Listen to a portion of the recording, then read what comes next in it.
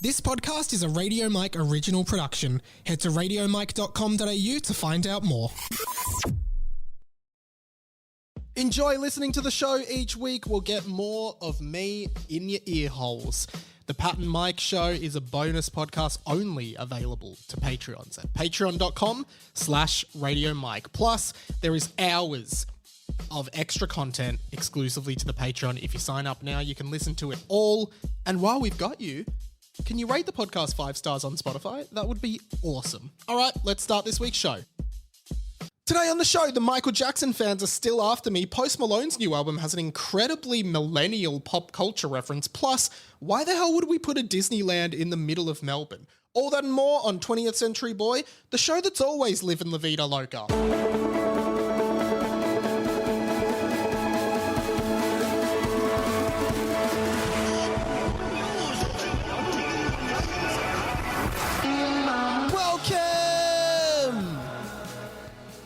To 20th Century Boy. My name is Radio Matilda, and this is the inside of my mind. Welcome to the show. Radio Mike, of course, is my real name, but each week on this show, as you know, if you're a long-time listener, if you're not a long-time listener, welcome to the show. Each week, I start with a different name. Often it's RM themed for Radio Mike, or it's a Mike pun.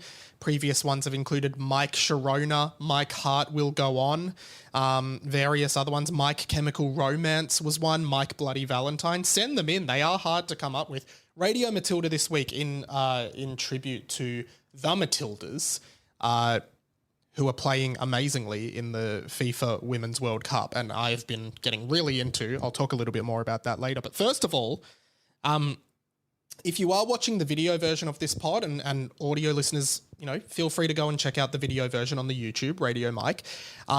You may notice quite a new sort of set style kind of thing, I guess. Hard to explain it, but I guess and I might start the show talking a bit about this stuff, but in the ever enduring quest for this podcast to become slightly more professional.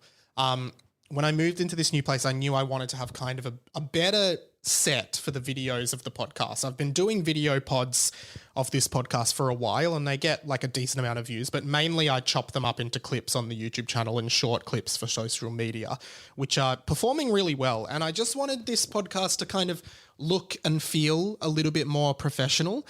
So you'll notice new lighting setup, which really makes my face shine, if you don't mind me saying.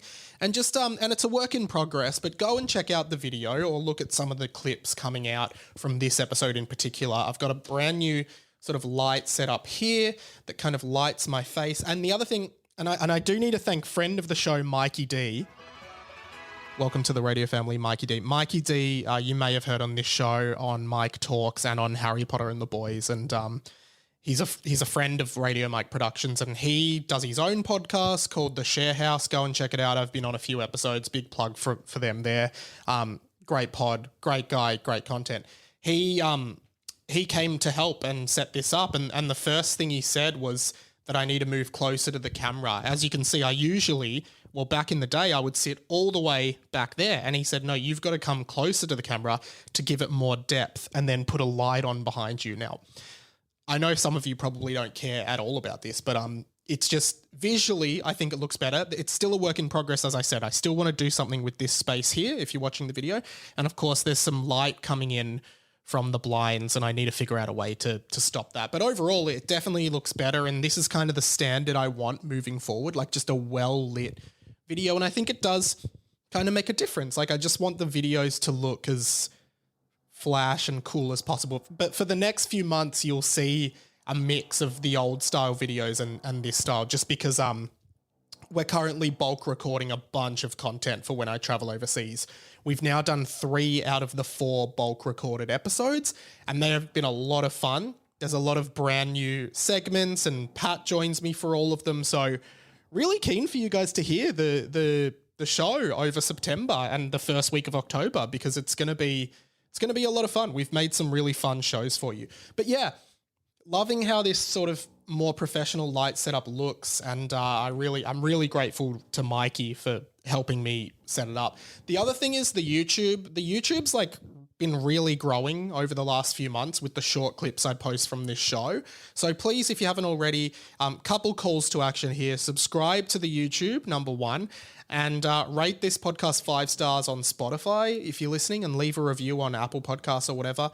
Check out some of the short clips. I just want to plug that here. And of course, the Patreon, patreon.com/Radio Mike. The Pat and Mike show is out every Friday, and that show's just getting better and better and stronger on the $4.50 tier at the moment, but there's hours of content on the $1 tier and above that you can access if you jump on the Patreon. Any support really, really helps. But yeah, how good's this video look? I reckon I look bloody great. Hi. Anyway, so on top of that, I mentioned at the top the Matildas.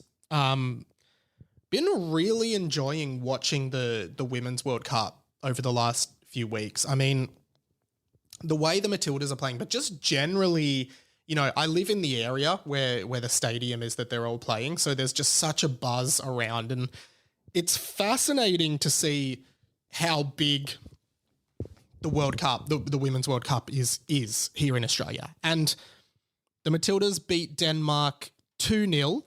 Great win. Great game, really fun to watch. And like just watching it on TV is just great. It's just like a relaxing thing to sort of switch your mind off, watch a bit of soccer.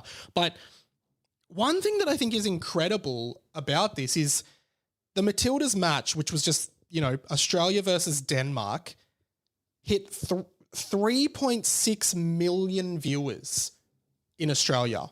That's total TV viewers. So watching live, watching on like web stream, watching on catch up, which is weird for a live game. But yeah, more viewers than the grand final, the AFL grand final, and the State of Origin.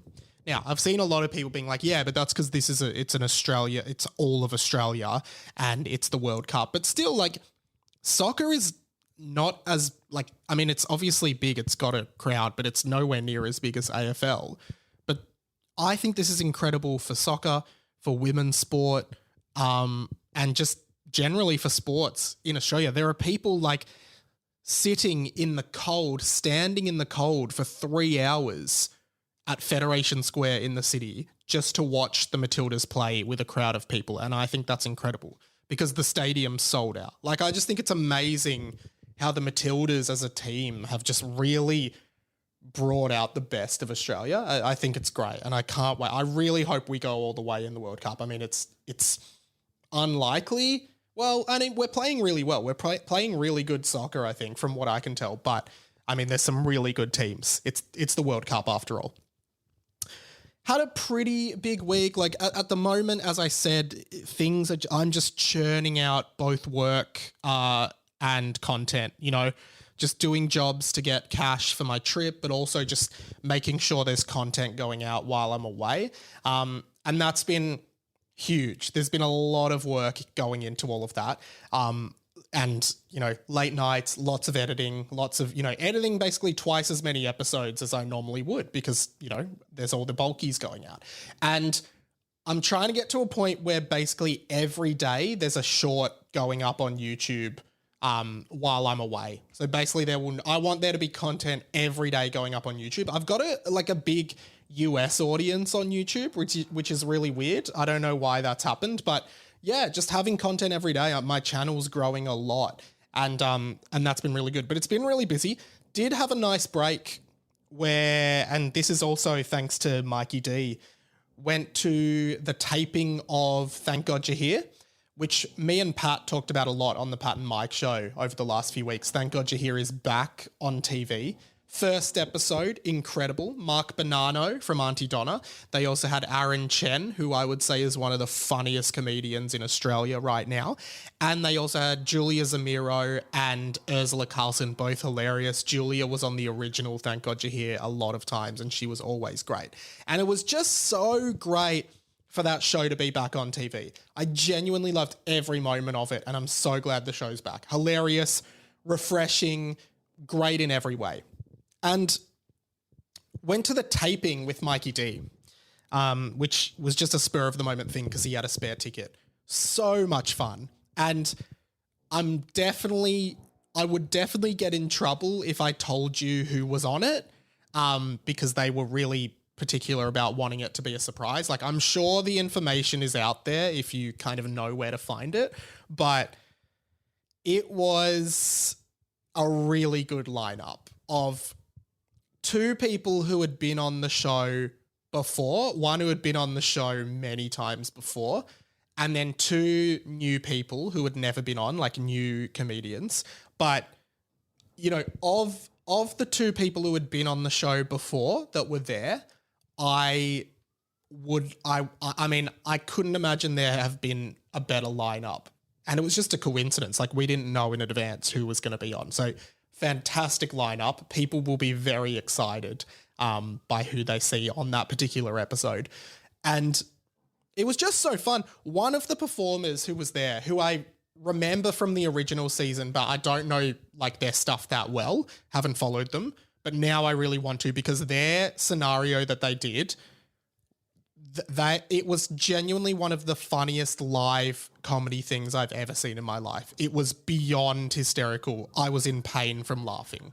Like, the way this person, I wish I could say who it is, but it's not this. I think it's episode 5, so it's not for a few weeks, but it was just so funny. So that was just a great night, just a great time hanging out with friends. And, you know, for the next month or so, I'm going to be super busy. I'm not going to be getting out much. So it was good to go to the taping and, you know, just get out. Just counting down the days, though, until my holiday. The other thing I've been doing is watching the new Futurama episodes. Futurama is back. It's on Hulu or Disney Plus here in Australia. And I'm not going to review the episodes. I've been doing a review of every episode of Futurama over on the YouTube channel, and they're going pretty well. So if you want to watch the episodes and then watch my thoughts and then comment and get in touch with me what you thought, definitely go and watch the videos. But Futurama is just such a great show. I always loved it growing up. It's just like this really weird comfort thing for me. I don't know what it is about that show, but I could just sit there and watch Futurama and like just zone out completely and just have it on in the background or focus on it entirely. It's such an interesting show. And again, actually, I don't know if I should talk about this now, because we did talk about this on, now this is where I'm getting my wires crossed, because we did actually talk about this on one of the bulk recorded episodes that is coming out in a month from now. But I will just talk about it a little bit here as well. And then in a month you can be like, I don't remember this. What the hell? Futurama is like the Jesus Christ of TV shows. Well, it's actually better than Jesus Christ, because Jesus only resurrected from the dead once. Futurama has come back to life 3 times. That's 3 times Jesus. It got cancelled after its original 4-season run, and then because of its popularity and I think DVD sales, they brought it back for 4 kind of TV movies that ended up being like 16 episodes of the show. And like, people might remember those. There was Bender's Big Score, Bender's Game, The Beast with a Billion Backs, and I can't remember the 4th one, but they were really good episodes as well. Then after that, it got cancelled for a little while longer. Then Comedy Central picked it up and brought it back for 2 more seasons, and then it finished on Comedy Central. Now Hulu has picked it up for another 2 seasons. I think Futurama is going to be the show that keeps finishing, and then like 10 years later, another network brings it back, just to keep this trend running, because the show's actually had like 4 series finales, like 4 episodes that were written as finales, which is one of them, and all of them kind of revolve around Fry and Leela's relationship and ambiguity around it. They've all been great. Like, for a show to make not 1, but 2, not 1, not 2, not 3, but 4, and then probably 5 finales is just remarkable. And the fact that they're all good. Seinfeld couldn't even get 1 finale right, but Futurama's done it amazingly 4 times. I love that show. I'm so glad it's back, and it's been all right. Like, I mean, I do think my love for the original 4 seasons is just nostalgia, but like that show again will always just kind of, live rent-free in my head, and I'm really, really stoked that it's back. The Jesus Christ of television, times 3. The Threesus Christ of television. Bring it back again. Sorry, Jesus, you've been one-upped by Philip J. Fry. I've been cancelled again. That's probably the biggest story of my week. And it's not like one Australian YouTuber in particular that I'm thinking of right now does a lot of YouTube videos that I see that are like, ladies and gentlemen, I have been cancelled. I'm sure you know who I'm talking about if you watch Australian YouTubers. It's not really, I haven't really been cancelled, but I guess what I'm saying is I feel as though I'm being perpetually cancelled by something I said probably over a year and a half ago now. It seems like this has been going on forever and I thought it had died down, but apparently it hasn't. So I have completely been swamped again, and it comes in waves, by the Michael Jackson stans. For those who don't know, a year ago or more on this podcast, I'll just explain it. I literally just said that the Rolling Stone, popular music magazine, had a cover piece with Harry Styles on the cover. It must have been around the time Harry Styles put his album out. And it was the title on the magazine was The New King of Pop, right? Implying, Michael Jackson's been gone for a while. Is Harry Styles the new king of pop? And, I did a bit being like, hey, Rolling Stone said Harry Styles is the new king of pop. I reckon we just give it to him because Michael Jackson was a pedophile, which I will not debate. We all know it's true. I am so sorry, Michael Jackson stans. I don't care. MJ was a pedo, and they're going to come for me if they see this. Anyway, I clipped it up. I put it on TikTok. Boy, oh boy, was that the biggest mistake of my life, because it seems as though, every 3 or 4 months, I get an influx of comments, death threats, insults, and stitches of my videos just being just every single video I post, all the comments are just like, MJ better, Harry Styles. And they're just illiterate people. MJ, you said MJ pedophile, MJ innocent. And I'm just why are they still commenting? And then I turned off comments on the video because I was just sick of it being influxed by these comments. And now everyone's like, you turned off comments on the other video. Sometimes people slide into my DMs and they're like, gonna kill you for what you said to MJ. I'm like, okay. I don't care at all. The same clips on YouTube every day. I'm telling you, there'll be one here. Here it is. It's just going viral again. MJ is dead. No, Michael Jackson is king of pop forever. Harry is the shit, which I guess means he is shit. I genuinely don't know. But yeah, just everything. All these MJ fans, give it a rest, guys. It is quite fascinating how deluded people can be. In the quest for their love of a pop star, this idolization of Michael Jackson. And Michael Jackson was big in the 80s? It's been 40 years since he was at his peak. It's been 15 years probably since he died, or 14, 13 years since he died. And people are still obsessed with him. It's quite remarkable. And please don't think that any of this affects me in any way.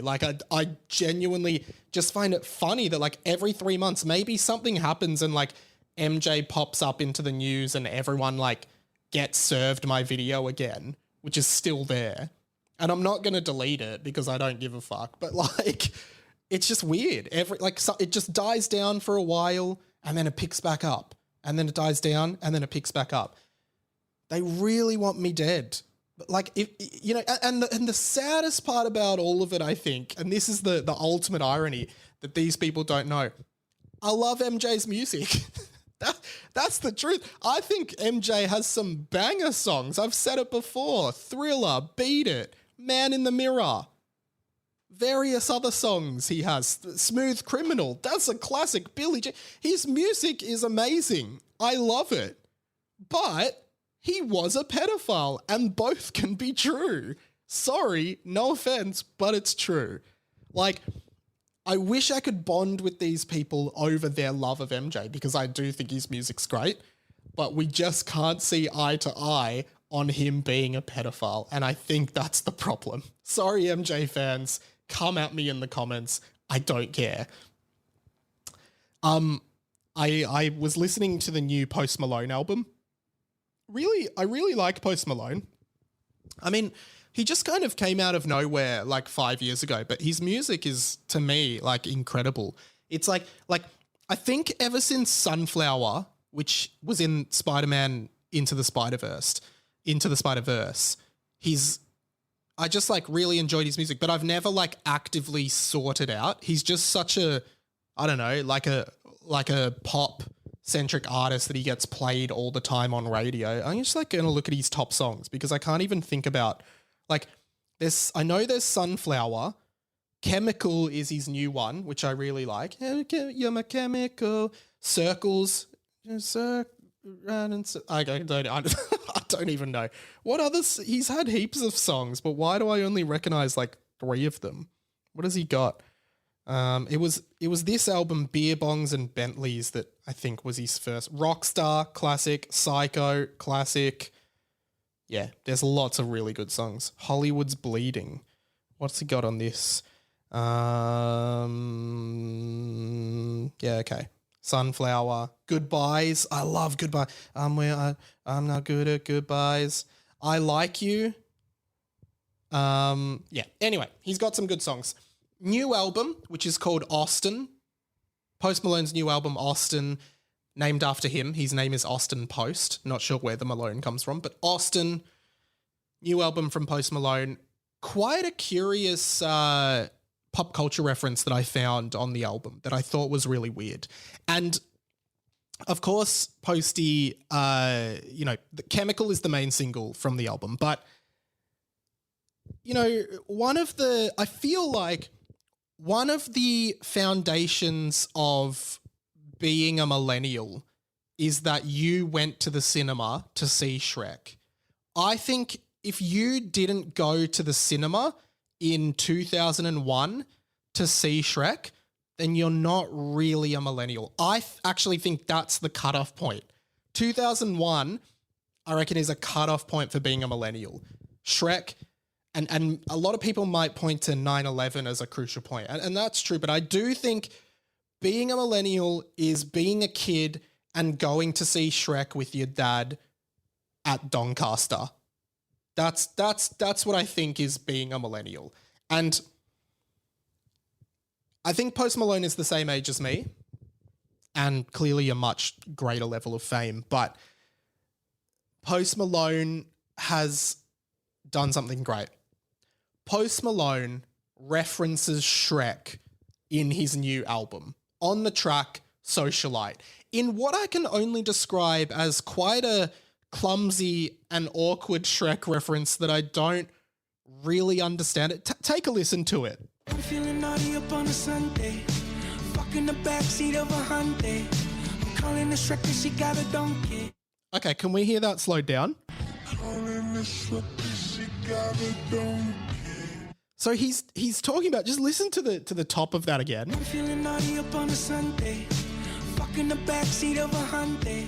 So he's talking about how he's feeling naughty on a Sunday, and he is now what we can only assume is having sexual intercourse with someone in the back of a Hyundai. He says Hyundai. I call it Hyundai. I used to drive a Hyundai i30. Irrelevant. He's talking about fucking a girl in the back of his car, to put it bluntly. And then he says this. Calling her Shrek because she's got a donkey. Now, the only thing I can think of, and correct me if I'm wrong, this may be some new Gen Z style thing, I don't know. To me, I didn't think this was an American thing. I thought this was maybe more of an Australian thing. And the reason I know it is actually because of the Chris Lilly show, We Can Be Heroes. Because when you say like, oh, I've got a donkey, to me that means donkey dick, like a big dick. And there's a character in Chris Lilly's show, We Can Be Heroes, his first show, called Phil Olivetti, who's always like, oh yeah, they used to call me donkey down at the station because I got a big dick, right? Donkey dick. Like, and I think he's saying, I'm calling her Shrek because she's got a donkey, as in she has my big dick inside her pussy. Sorry, guys. I'm trying to make this podcast more professional, and I'm unpacking the lyrics of Post Malone's song Socialite, in which he makes a reference to Shrek on this professional, in quotation marks, podcast. Fuck. I want to hear it again. He's feeling naughty. They're fucking. So I do think this is, this reference to Shrek. But imagine this. You are, whether you're a man, woman, non-binary, whatever you identify as, like I'm just going to use the hetero metaphor for this. You're a man. Maybe your name is Post Malone. Maybe your name is your name, whatever. You've been seeing this girl and you are finally going to have sex with her, which is a very pleasurable and fun thing to do. You are in your Hyundai and you can't wait to get home, so you start having sex in the back seat of the car. And when your larger than average penis enters her, you say, oh, Shrek. And she goes, what? And you go, oh, because you've got a donkey inside you. Now, would that kill the mood? And if it wouldn't, I implore some of you to try this with your partner or with any sexual or romantic interaction you're going to have this weekend, perhaps, right? Just call her Shrek. And she'll say, why are you calling me Shrek? Because you got a donkey. If someone tries it and then writes in the result, let me know. But amazing that Post Malone makes this clumsy, awkward, and weird Shrek reference in his song that only a millennial would do. No one else other than a millennial would ever mention Shrek in their own song. Seriously, can you think of any other song? Like, we've got Vance Joy with Riptide. He's talking about Michelle Pfeiffer and Midnight Cowboy, as we know. And then you've got Post Malone, probably 10 years younger than Vance, talking about Shrek, using donkey from Shrek as an analogy for his dick. Oh, God. Dear Lord, what is the world coming to? 20th Century Boy will be right back.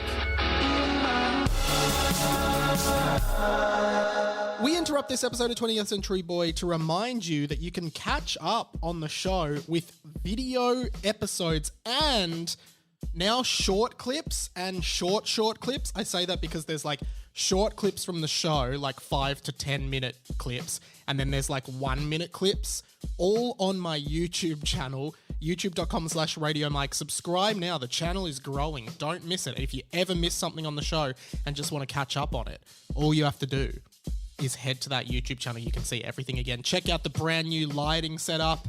It's amazing. Thank you so much. Let's get back to the show.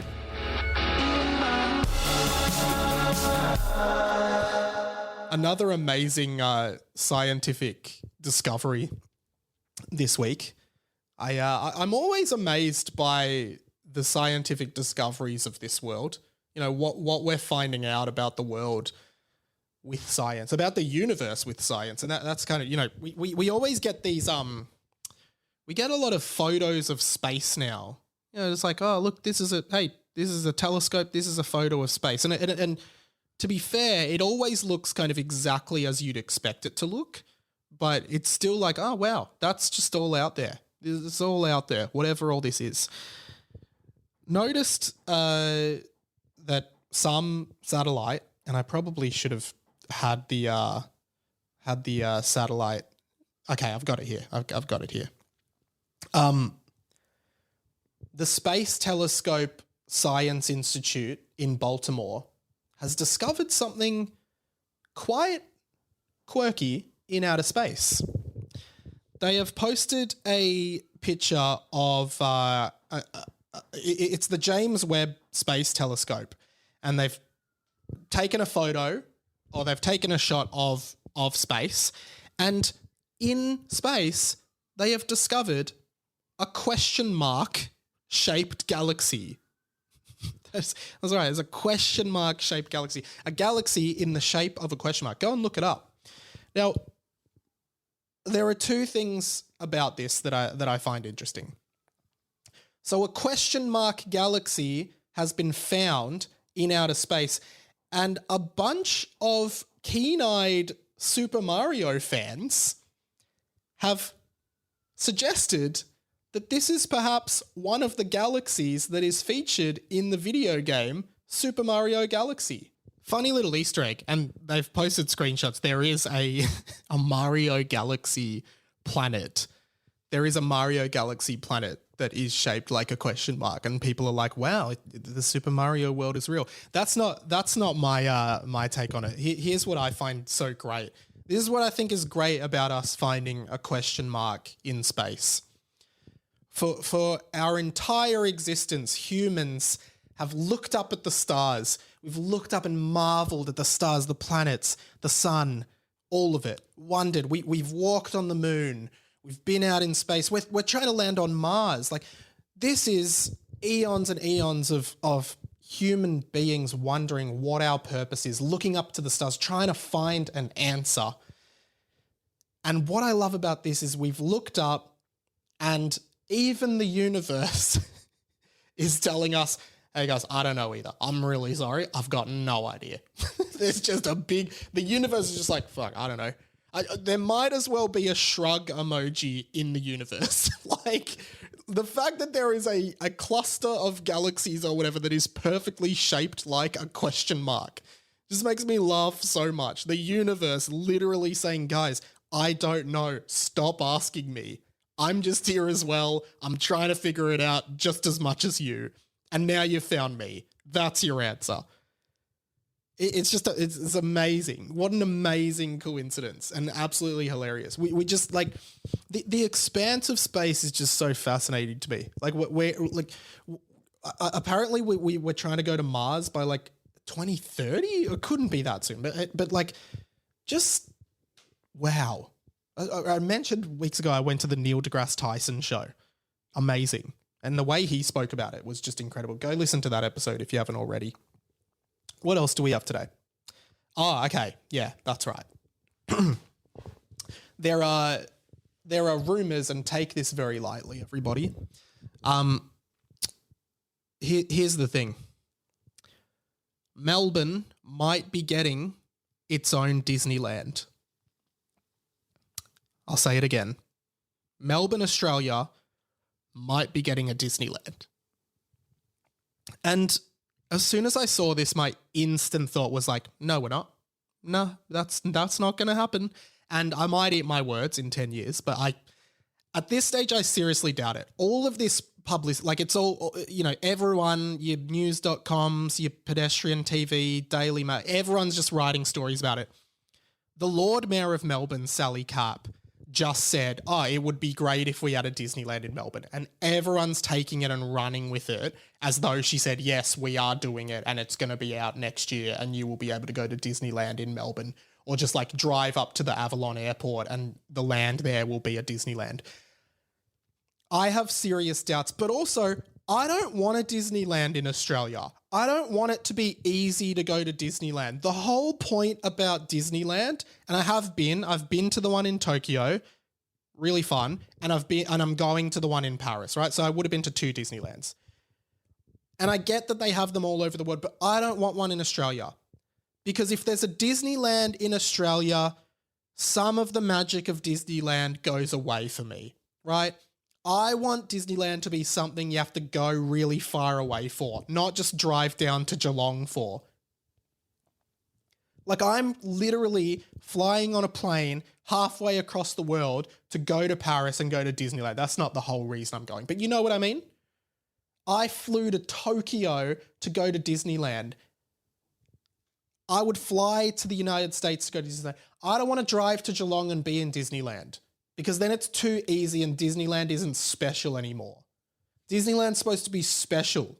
If you put one in my backyard, well, then it really is a small world after all, right? And I don't want that.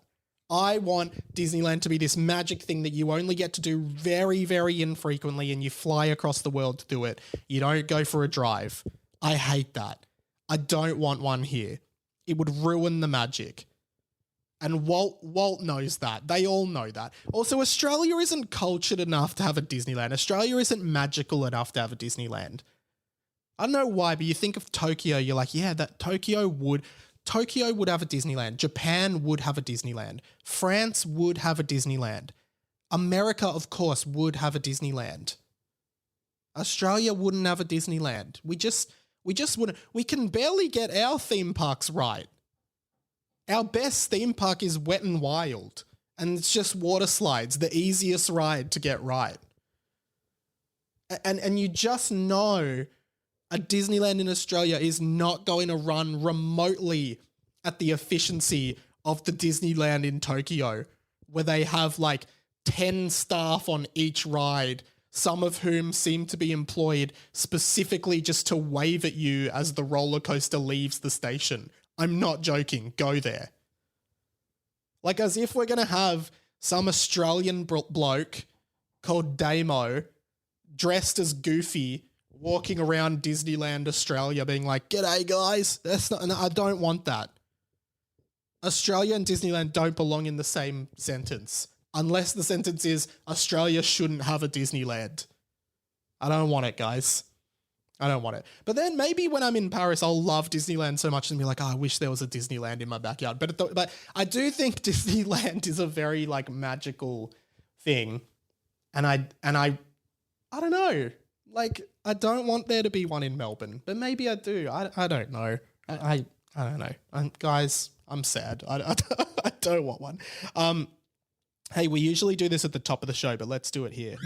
All the write-ins that you sent in. Thanks to everyone who's been sending in suggestions for my long-haul flight. I asked people to send in things that I could do while I'm on the flight. I got one in from one of our longtime listeners, Radio Ryan Adams from Denver, Colorado. Denver sucks ass. Thank you for always enjoying the show, Ryan. We appreciate it. Hey, Mike, I would like to suggest the podcast 60 Songs That Explain the 90s if you need something to listen to on the plane. He talks about growing up in the 90s sometimes, which I know you probably won't relate to, but I think you would find it interesting. Have fun on your trip, Ryan. Well, I did sort of grow up in the 90s. Like, I was born in 1994, so I did spend 6 years in the 90s.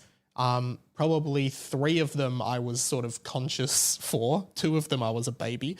But that sounds interesting. And then Radio Siobhan, who is also a long-time listener of the show. Long-haul flights suck, but I'm so tempted to do Perth to London direct next year. Oh, so I didn't realise can you fly direct Perth to London now, or is that like a new thing coming out? I'm not actually sure, because we're doing Melbourne to Dubai and then Dubai to Lisbon because we're flying into Portugal.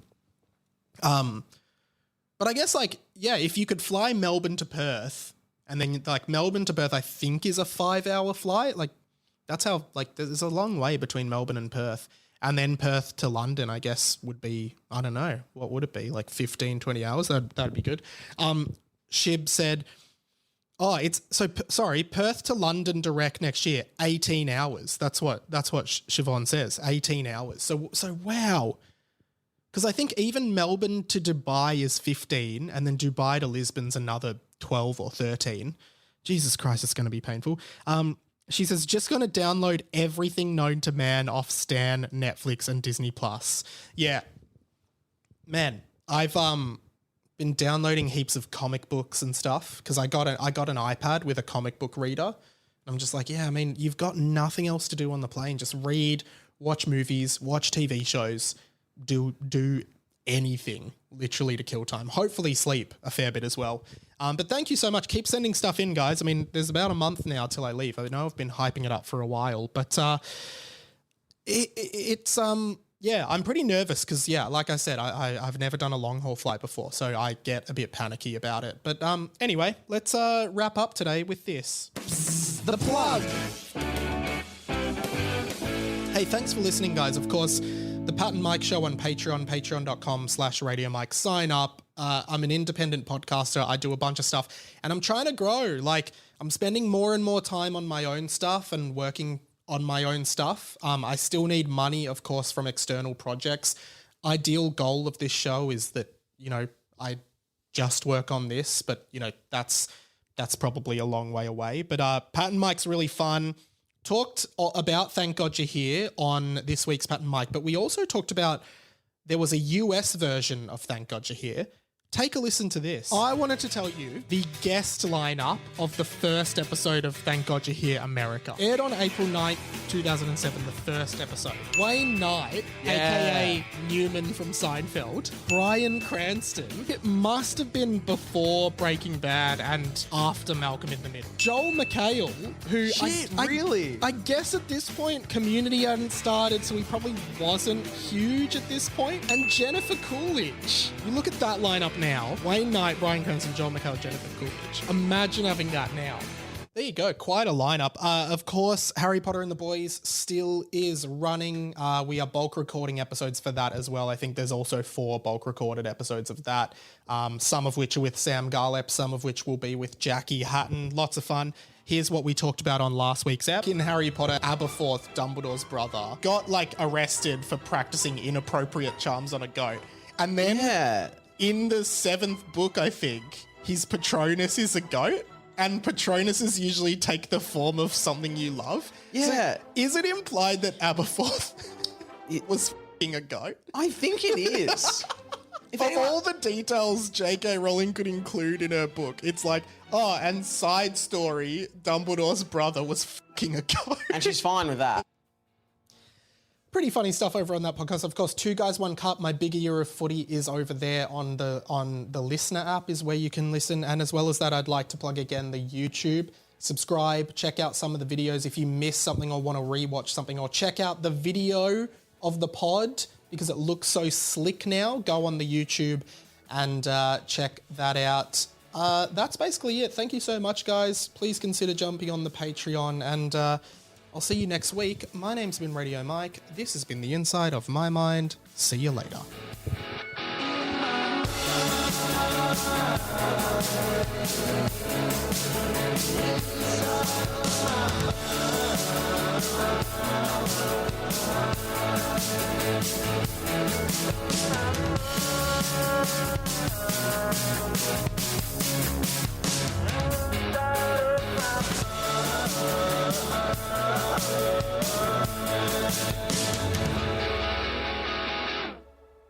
Thank you for listening to the show. If you enjoy it, please leave us a 5-star rating on Spotify or wherever you're listening to this podcast. Patreon.com/Radio Mike is the best way for you to support the show. As we keep telling you, sign up. Lots of bonus content. Check out the YouTube channel, the podcast, Instagram at TCBpod. And if you want more of me right now, listen to my other podcast, Harry Potter and the Boys. All right.